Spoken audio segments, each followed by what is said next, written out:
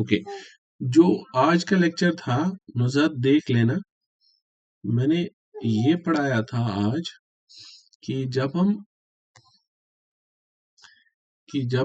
Division of the, असल में ये टॉपिक है डिवीजन ऑफ द पॉलिनोमियल्स पे, कि how we can divide the two polynomials.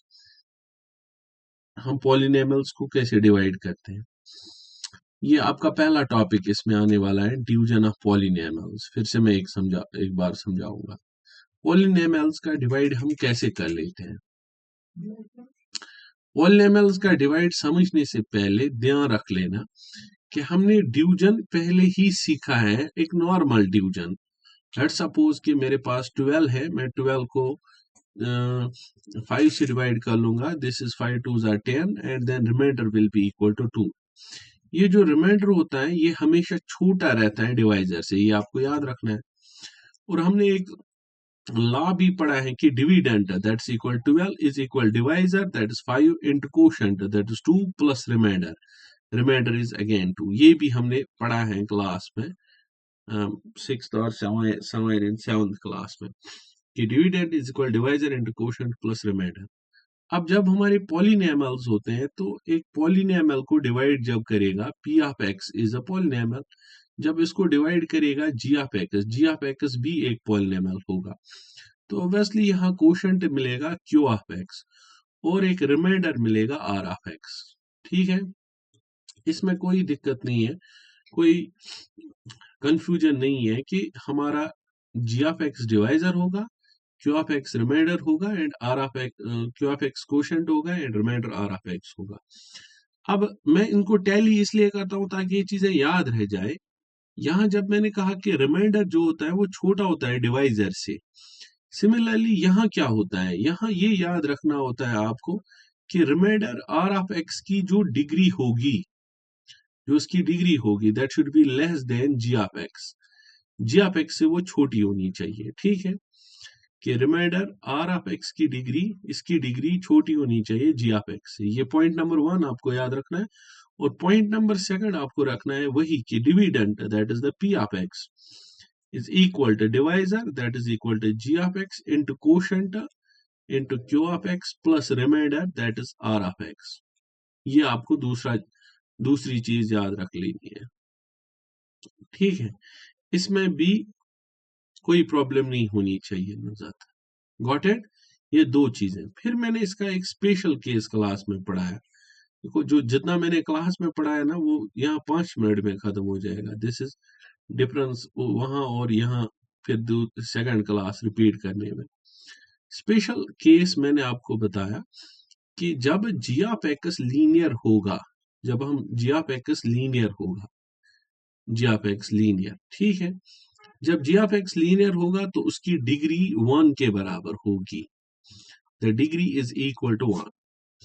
अब रिमाइंडर जब जी ऑफ एक्स से आप डिवाइड करोगे किसी भी पॉलिनोमियल को, लेट्स सपोज मैं यहाँ एक एग्जांपल ले लेता हूँ, पॉलिनोमियल पी ऑफ एक्स और G of x is linear. Linear means it is A X plus B, इस शेप में होगा, A X plus B shape में।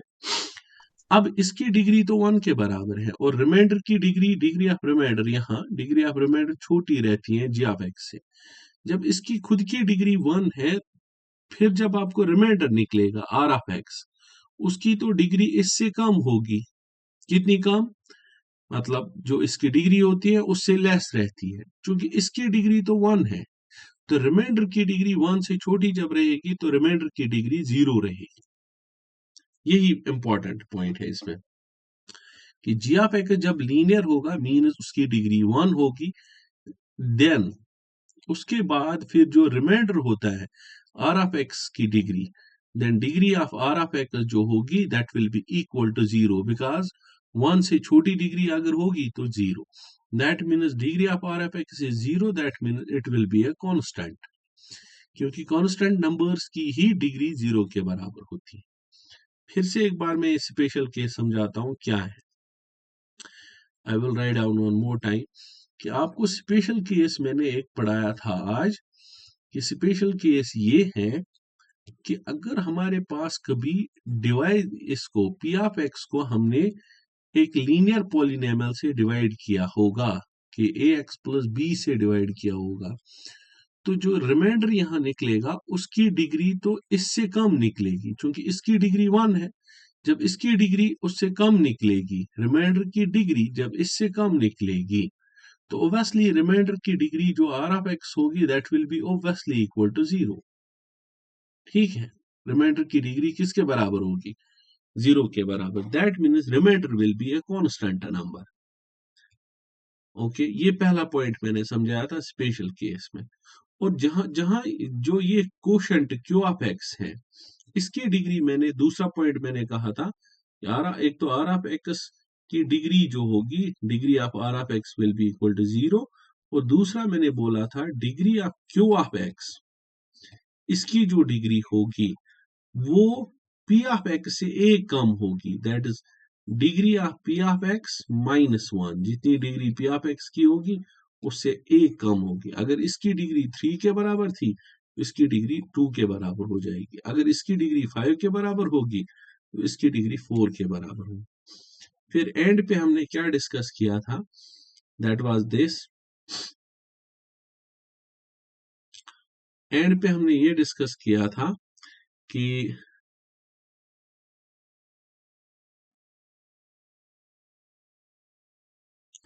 एंड पे हमने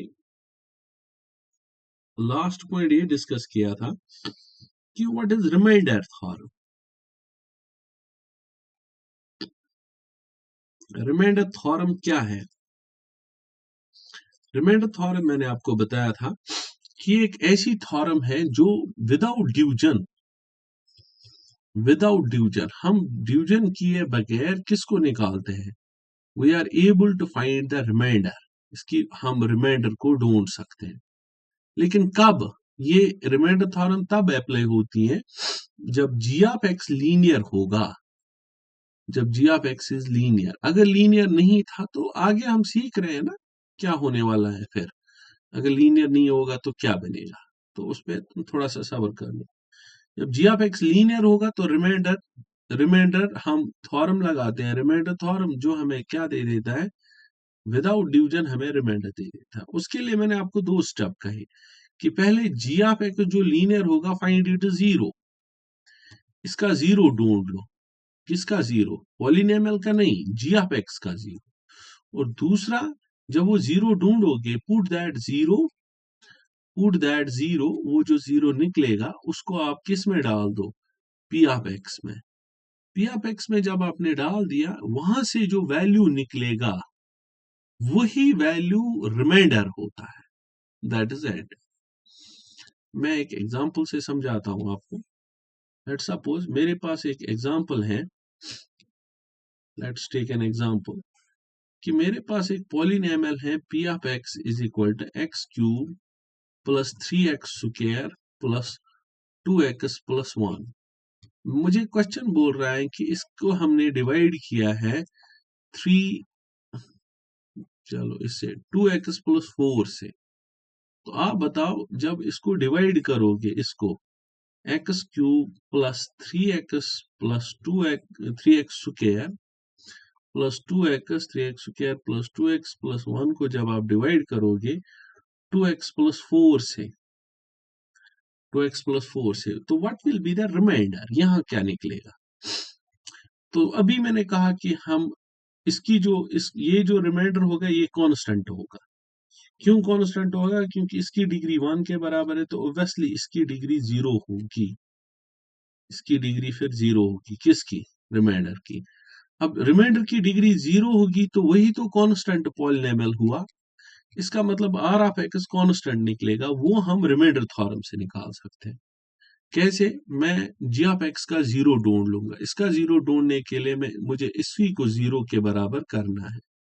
तो that will be 2x is equal to -4 and x will be equal to -4/2, that is equal to -2। ये जो निकला -2, ये किसका 0 है? इसका 0। इसको किस में डाल देना है? p ऑफ x में डाल दो। p ऑफ x में तो क्या बनेगा? -2 cube plus 3 into -2 square plus 2 into -2 plus 1। -2 cube तो -8 आया, 2 2 4, 4 3 12, तो +12। -4 + 1 तो बा बा बा सुन तो रिमाइंडर इज इक्वल टू 1 तो रिमाइंडर यहाँ 1 निकला क्योंकि वो तो वैल्यू निकला p ऑफ x का then it's the 1 remainder. Okay तो यही लेक्चर था आज का जो हमने स्कूल में दिया था। ठीक है हम आरडी पे अब आ जाते हैं। ठीक है देखो मैंने इसमें क्या किया है, मैंने कुछ पॉइंट्स ऑलरेडी फाइनलाइज किए हैं कि मैं कौन कौन सी चीजें इसमें पढ़ाने वाला हूँ। Everybody listening? Yes, sir. ठीक है मैं इसमें फाइनलाइज Yes, कर sir. चुका हूँ कि कौन कौन सी चीजें हम पढ़ेंगे, मतलब कौन कौन सी चीजें मैं पढ़ाऊंगा इसमें हाईलाइट करके।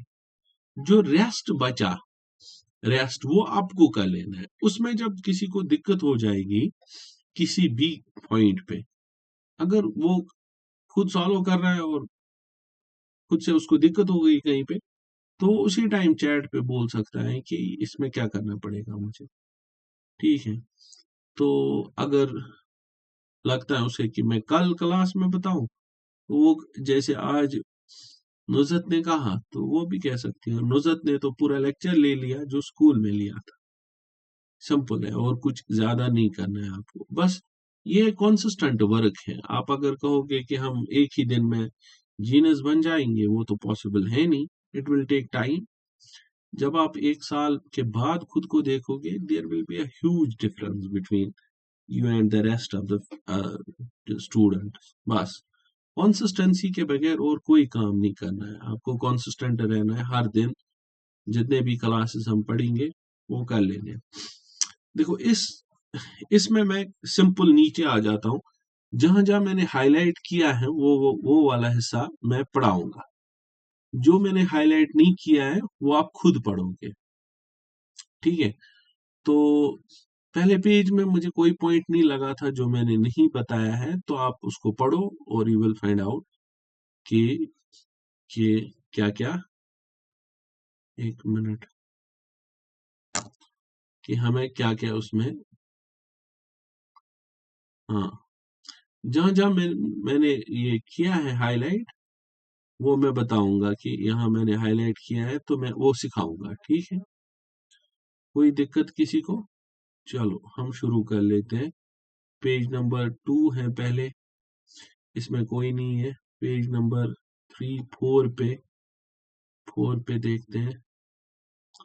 4 पे भी मैंने कोई मार्क नहीं किया है। हाँ 4 पे भी मैंने कोई मार्क नहीं किया है। इसके बाद 5 पे भी मैंने कोई मार्क नहीं किया है। देखो 6 पे मैंने मार्क किया है। 6 पे एग्जाम्पल 10 है ये। तो आप अगर आपके पास रफ है तो आप ये लिख सकते हो एग्जाम्पल 10। अगर आपने इसकी बुक अभी तक नहीं लाई है, अगर बुक लाई है तो आप 10 को टिक करके रखो कि ये मैं सीख रही हूँ कि ये थोड़ा बहुत ट्विस्टेड ट्विस्टेड नहीं, इसका कॉन्सेप्ट मैंने नहीं पढ़ाया होगा तो मैं कॉन्सेप्ट नया पढ़ा रहा हूँ आपको। ठीक है this concept is based on कि हम डिवीजन कैसे कर लेते, sorry how we are adding the numbers. आज तक आपने पढ़ा था कि हम डेसिमल्स को कैसे ऐड कर लेते हैं। डेसिमल्स को how we are adding the decimals. जैसे अगर आपको 2.345 था और दूसरा था ऐड 0.37, इन दो को ऐड करना है तो मैं आपको बताता चलूं कि क्या कैसे करना होता है। 2.345 पहला नंबर है, उसको रहने दो। बस पॉइंट के सीध में आपको पॉइंट हर हमेशा लिखना है। बाकी 37 तो यहां से आएगा और 0 यहां से आएगा। इसके बगैर जो बाकी प्लेसेस बचे उनमें आपको 0 डालना होता है। जैसे ये प्लेस यहाँ बची तो इसमें 0 डाल दो, देन ऐड। ये सबको आता है, अगर नहीं आता तो समझ गए। इसके बाद दूसरा है कि अगर हमें सब्ट्रैक्ट भी कभी करना होगा, लेट सपोज मुझे 1.229 से सब्ट्रैक्ट करना है 3.436, तो सिंपल है 1.29 में लिखूंगा, पॉइंट के सीध में मैं पॉइंट रखूंगा, बाकी 4 3 6 और 3 ये यहां से लिखूंगा। तो मेरा ये 0 आ गया। अब सब्ट्रैक्ट होगा, यहाँ सब्ट्रैक्शन में नेगेटिव में आंसर आएगा क्योंकि ऊपर छोटा है नीचे बड़ा है। तो 10 में से तो 6 गए तो 4, ये क्या आएगा, हाँ तो 8 में से 3 5, और ये यहाँ से यहाँ शिफ्ट हो जाएगा, 12 में से 4 तो 8, दैट मीन्स यहाँ से 0 में से 3, 0 में से 3 तो दैट इज इतना ही है, हाँ समथिंग -3.8 ज्यादा आ रहा है, मैंने उल्टा किया। हाँ इसमें से इसको सब्ट्रैक्ट करना है, वो आप खुद देख लेना। बस ये कि जब आप सब्ट्रैक्ट करोगे इसमें से, तो पॉइंट के सीध में आपको पॉइंट रख लेना है, ठीक है, बाकी कुछ नहीं कर लेना है, वो चीज आपको समझनी थी। अब लेकिन नॉन टर्मिनेटिंग में क्या होता है, नॉन टर्मिनेटिंग अगर होगी तो वहां क्या होता है वो हमें सीखना है असल में, कि अगर आप नॉन टर्मिनेटिंग को सब्ट्रैक्ट करोगे। देखो नॉन टर्मिनेटिंग में अगर कहीं पे 1.45 बार था और दूसरी जगह पे था, या चलो इसी क्वेश्चन को हम देख लेते हैं, ये देख लो एग्जाम्पल 10 है ये, यहां देख लो हमने किस किस का ऐड करना है, 2.36 बार, 2.36 बार और 0.23 बार। आप डायरेक्टली ऐड नहीं कर सकते हो, इसमें हम डायरेक्टली ऐड नहीं कर सकते हैं, ये याद रख लेना है कि we can not do the addition directly, directly add नहीं कर सकते। देखो मेरे पास अगर होगा 0.23 bar plus 1.97 bar at suppose, ठीक है, अगर मुझे इनका ऐड कर लेना है, पहले मुझे इसको कन्वर्ट करना पड़ेगा पी बाई क्यू फॉर्म में, इसको भी पी बाई क्यू फॉर्म में, तो ये बनेगा पी बाई क्यू फॉर्म में 23 डिवाइड बाई 99, क्योंकि मैंने आपको समझाया है कि वेन आवर शॉर्टकट के लिए 2.3 बार को ऐसे कन्वर्ट करना पड़ेगा, प्लस ये 1.97 बार है, मैंने आपसे सिखाया है कि पॉइंट सब कुछ हटाओ, 197 -1 आएगा क्योंकि 1 पे बार नहीं है, divided by 99, divide by 99 that is 23 divided by 99, और ये प्लस आएगा 196 डिवाइडेड बाय 99, ठीक है। तो देन हम क्या करेंगे, 99 कॉमन रहेगा, this 99 will be common, 99, and then ऊपर बनेगा 6 + 3 दैट इज 9, और 9 10 11 11 1 219 219 डिवाइडेड बाय 99, आप समझ लेना 219 डिवाइडेड बाय 99 यहाँ था, यहाँ देख लो क्या है, हाँ यहाँ ऐसा ही क्वेश्चन था, 2.36 0.23 बार when expressed in the simplest form, तो सिंपलेस्ट फॉर्म में क्या आ जाएगा, इसने क्या किया है, सिंपल वही कि 2.36 को कन्वर्ट किया है 2 + 0.36, हम अपने तरीके से भी कर सकते हैं, ऐसे भी कर सकते हैं, ठीक है, तो 0.23 then this then it is the answer 9 divide by 99। हाँ अगर अब कोई पूछेगा सर अगर इसको फिर से डेसिमल में कन्वर्ट करना होगा, तो सिंपल आपको यहाँ डिवीजन परफॉर्म करना पड़ेगा, क्योंकि क्योंकि अगर हमें पी बाई क्यू को कन्वर्ट करना होता है डेसिमल में then there is the rule that is the simple division, that is what, simple division, तो आपको सिंपल डिवीजन कर लेना पड़ेगा, तो यहाँ से टर्मिनेटिंग शुरू हो जाएगी, ठीक है। ओके किसी को कंफ्यूजन हुआ तो मैं फिर से समझाऊंगा, you can open your mind.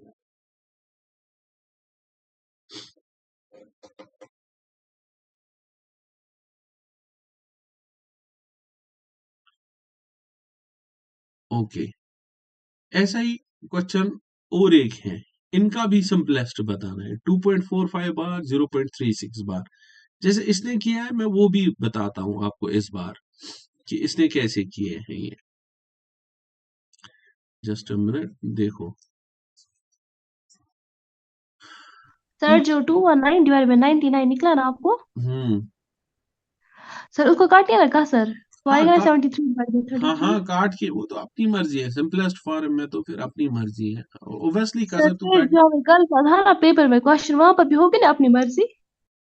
नहीं नहीं वो मैं समझ सकता हूँ कि आपकी अपनी मर्जी, आप डिवाइड करो या मत करो, लेकिन डेसिमल रिप्रेजेंटेशन अगर आपको निकालनी है तो उसके लिए डिवीजन परफॉर्म नहीं करना है ना आपको, आप डायरेक्टली भी कर सकते हो। अगर आपका मैं समझ गया आप क्या कहना चाहते हो, अगर आपको सिंपलेस्ट फॉर्म में इसको आंसर ले आना है तब आपको कसर काटनी है, लेकिन अगर आपको डेसिमल रिप्रेजेंटेशन इसकी जरूरत है तब जरूरी नहीं है कि आप कसर काटो, आप डायरेक्टली डिवाइड कर लो। तो डेसिमल फॉर्म कसर वाली की भी वही आ जाएगी, न कसर वाली की भी वही आएगी। मिसाल के तौर पर मैं समझाता हूं, अगर मेरे पास 15 डिवाइडेड बाय कुछ और नंबर ले लेते हैं, 7 3 21 डिवाइडेड बाय 30। अगर आप 21 डिवाइड बाय 30 को देख लोगे, उसकी भी डेसिमल रिप्रेजेंटेशन वही होगी जो होगी 7 डिवाइडेड बाय 15 की। ठीक है, कि because these are equivalent fractions, तो इनकी बराबर आ जाएगी। मेरे कहने का यह मतलब ये था कि अगर तुम्हें डेसिमल फॉर्म में इसको कन्वर्ट कर लेना है, देन तुम कसर काटो या मत काटो, लेकिन जब आप simplest form P by Q अगर पूछ रहा है तो उसको तो सिंपलेस्ट फॉर्म में लाना है। वो तो क्वेश्चन ही बोल रहा है सिंपलेस्ट में ले आओ, जैसे ये वाला क्वेश्चन तो पूछ रहा है सिंपलेस्ट में ले आओ, तो कसर काट के लेना है। अगर आपको ये बोलता कि डेसिमल फॉर्म एडिशन में इनकी डेसिमल फॉर्म इसकी डेसिमल फॉर्म क्या आ जाएगी, तब आप कसर काटो या ना काटो, कोई इशू नहीं है। समझ गए? ऐसे ही स्पीक आउट कर सकते हो तुम किसी भी क्वेश्चन पे। देखो मेरे पास और एक क्वेश्चन है, 2.45 बार प्लस 0.36 बार। इसने थोड़ा सा इसमें चेंज किया है, मतलब हम भी कर सकते हैं या अपना तरीका भी कर सकते हैं। ये 2 प्लस 0.45 भी लिख सकते हैं बार, प्लस 0.36 बार। बहुत सारे बच्चे शायद ये सोचते होंगे कि जिनके ऊपर बार है तो वो ऐड होंगे फिर ऐसे 0.45 बार प्लस 0.36 बार। ठीक है, शत पांच गए का, चौहत्तर के 7, तो आगो कैरी 1.71 बार। नहीं, ये रॉन्ग है, इट्स टोटली रॉन्ग। यहाँ आपको कन्वर्ट करना होता है इसे पी बाई क्यू फॉर्म में, तो मैं पी बाई क्यू 2 को रहने दो, प्लस इसको पी बाई क्यू फॉर्म में कन्वर्ट कर लो, 45 डिवाइडेड बाई 99, प्लस इसको कन्वर्ट कर लो 36 डिवाइड बाई 99। ठीक है, फिर यहाँ अगर तुम चाहते हो कसर काटना तो काटो, अगर नहीं तो एंड पे काटो। अगर डिसिमल में चाहिए तब काटने की कोई जरूरत नहीं है। यहाँ 9 से 9 से 9 5 आर 45, 9 11 आर 99, फिर से 9 4 आर 36 और 9 11 आर 99। दिस इज 2 प्लस ये बचेगा मुझे 11 और 5 प्लस 4 दैट्स 9, 2 9 बाय 11, 11 2 आर 22, 22 और 9 कितना हो गया 31। So 31 divided by 11 is the answer. 31 by 11. Got it?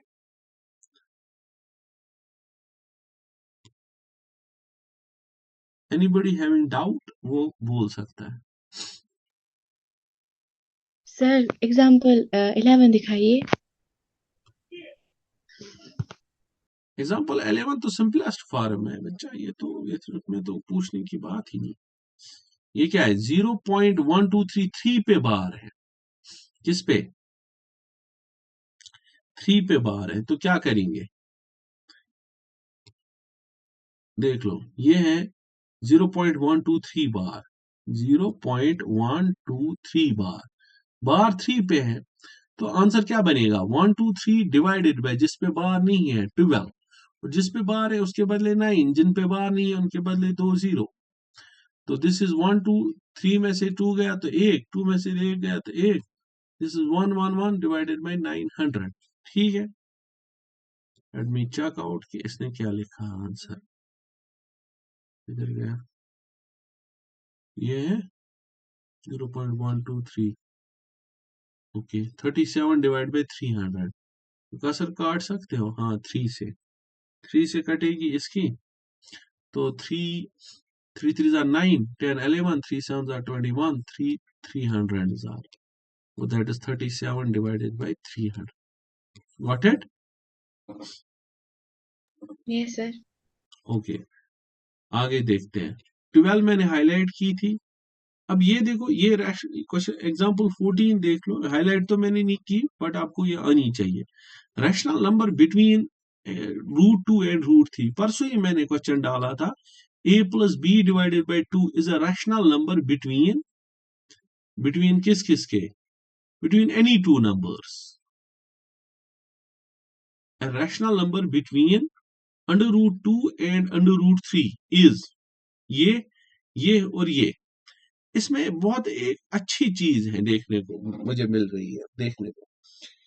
ठीक है, जबरदस्त क्वेश्चन चाहिए। मैं आपको समझाता हूं। मैंने आपको रैशनल नंबर बताया है कि अगर आपके पास दो नंबर्स हैं ए और बी, अगर उन दोनों के बीच में आपको रैशनल नंबर ढूंढना है, so that is a plus B divided by 2। लेकिन शायद एग्जैक्टली तो मुझे नहीं याद है, बट शायद मैं ये भूल गया बोलना कि ये जो ए एंड बी ये खुद भी रैशनल होने चाहिए, तब जाके ये फार्मूला लगती है। आई थिंक मैंने नहीं बोला है, तभी मुझे अभी याद आ रहा है, तब ये फार्मूला अप्लाई होती है। लेकिन अगर ये ए और बी अगर आप इरेशनल थे, तब ये फार्मूला नहीं लगती है। कौन सी वाली? ए प्लस बी डिवाइड बाई 2, तब ये नहीं लगती है। ये याद रख लेना। क्यों? क्योंकि तब जो नंबर निकलेगा ना वो रैशनल नहीं बचेगा, वो तो इरेशनल ही बचेगा। हाँ, ये फार्मूला अगर इरेशनल के लिए तुम्हें चाहिए देन इट इज ओके। अब उस टाइम क्या करना है, जो ए इरेशनल होगा उसका वैल्यू ढूंढ लो, और बी भी इरेशनल होगा उसका वैल्यू ढूंढ लो। हाँ, सबको समझ आया मैंने क्या कहा? रैशनल, ये जो फार्मूला है A plus B divide by 2, it is actually the formula for finding out the rational numbers, a single rational number between a and b। लेकिन ये वाली फार्मूला इस पे नहीं अप्लाई कर सकते हो अगर a और b रैशनल थे। जैसे मैं यहां समझाता हूं, इस क्वेश्चन में अगर मैंने डाला होता a rational number between √2 and √3, तो आपको दिमाग बहुत जल्दी स्ट्राइक कर जाता कि √3 और √2 और √3 दो रैशनल नंबर्स हैं, इनके बीच में होगा a plus B divide by 2। लेकिन ये गलत है। क्यों? क्योंकि ये भी इरेशनल है, ये भी इरेशनल है। सम इरेशनल रहेगा, डिवाइड 2 से करो इरेशनल रहेगा। ये इरेशनल नहीं रहे, सॉरी, ये रैशनल नहीं रहेगा, ये इरेशनल रहेगा। ये भी इरेशनल है। और अब आपने 1.2 और 1.5 होगा या 1.8, तो आप ढूंढ लो 1.2 किसके बराबर है, दैट √2 1.4 के बराबर है, और √3 1.7 के बराबर है। तो उन दोनों के बीच में 1.5 होगा। दैट, किसी को कोई कंफ्यूजन? ये एग्जाम्पल 16 है। ठीक है, एग्जाम्पल 16।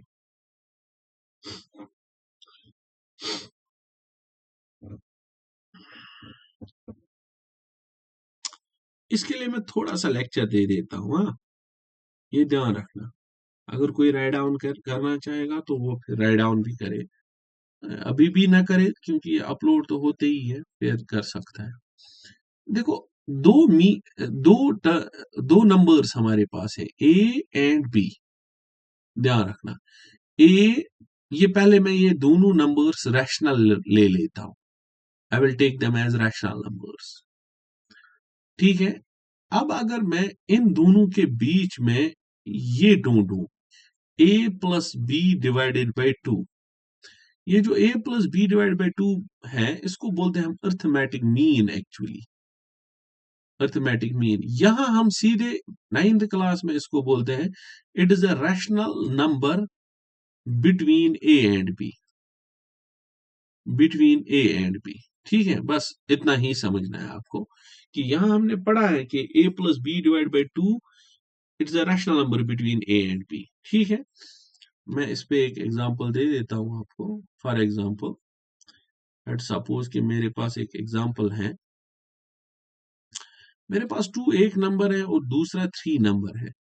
अगर मुझे इनके बीच में एक रैशनल नंबर ढूंढना होगा, that rational number is equal to 2 plus 3 divide by 2, that is 5 divided by 2। अगर आपको 5 डिवाइड बाई 2 पता होगा देन इट्स 2.5। ये नंबर जो निकला ना 2.5, it's actually the rational number between A and B. और इसी रैशनल नंबर को हम अर्थमेटिक मीन भी बोलते हैं, अर्थमेटिक मीन।